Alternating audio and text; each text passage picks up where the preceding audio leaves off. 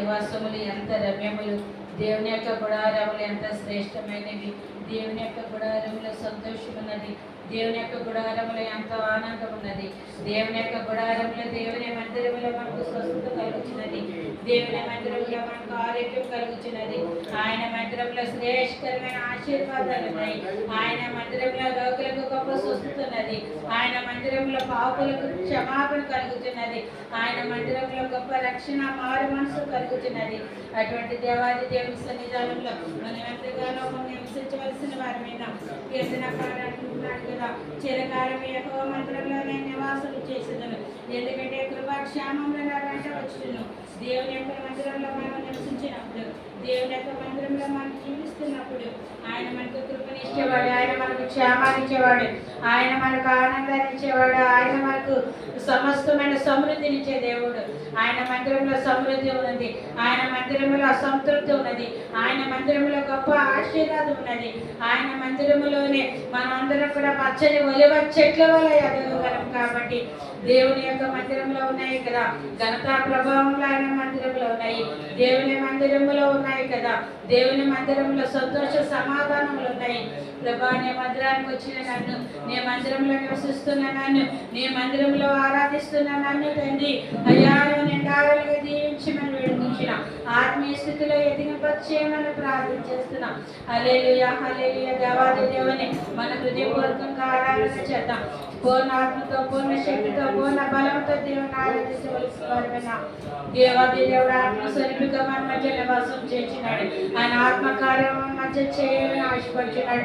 ఆయన ఆత్మ ద్వారా ప్రతి ఒక్కరిని దర్శించాలని ఇష్టపడుతున్నాడు. కాబట్టి ప్రభా, నన్ను దర్శించండి నైనా, నేను వచ్చినట్లుగా వెళ్ళకూడదు అయ్యా.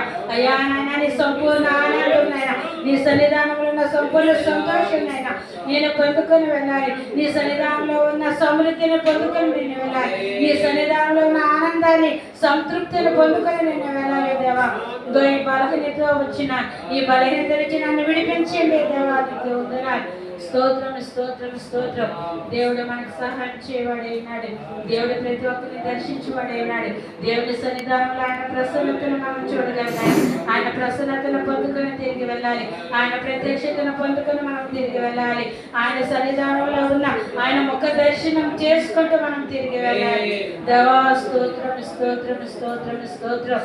దేవాది దేవుల హృదయంలో మనసారా ఆరాధించేద్దాం. ఇంతవరకు పాటల ద్వారా, స్తుతి ఆరాధన ద్వారా ఆయన నామాన్ని మహిమపరిచిన ఈ సమయంలో మిగిలిన కార్యక్రమం అంతా కూడా దేవుడు మనతో మాట్లాడలాగిన, మనల్ని దర్శించలాగిన ప్రార్థన చేద్దాం.